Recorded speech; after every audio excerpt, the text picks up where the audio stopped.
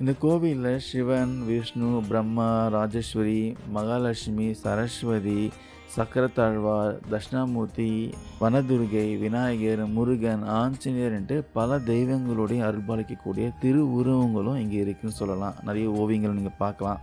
இங்கே வந்து கோகுலட்சுமி, தமிழ் புத்தாண்டு போன்ற விசேஷ நாட்கள் பார்த்தீங்கன்னா ரொம்பவே சிறப்பாக கொண்டாடுவாங்க.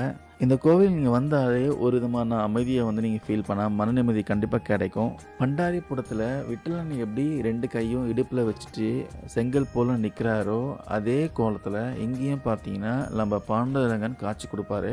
வாரத்தில் ஒவ்வொரு நாளும் பார்த்தீங்கன்னா ஒவ்வொரு அலங்காரமும் இங்கே ஸ்பெஷலாக பார்க்கப்படுதுங்க. குறிப்பாக சனிக்கிழமையில் பார்த்தீங்கன்னா திருப்பதி ஏழுமலையான் அலங்காரத்தில் சுவாமியை தரிசிக்கலாம். இங்கே கிருஷ்ணரோட லீலைகள் எல்லாமே ஓவியங்களாகவும் சிற்பங்களாகவும் இருக்குது, நீங்கள் பார்க்கலாம். வட மாநிலத்தில் இருக்கிற மாதிரி தமாலா மரம் பார்த்தீங்கன்னா இங்கே வந்து தலை விருட்சமாக இருக்குது. இன்னொரு விசேஷமாக இது பார்க்கப்படுது.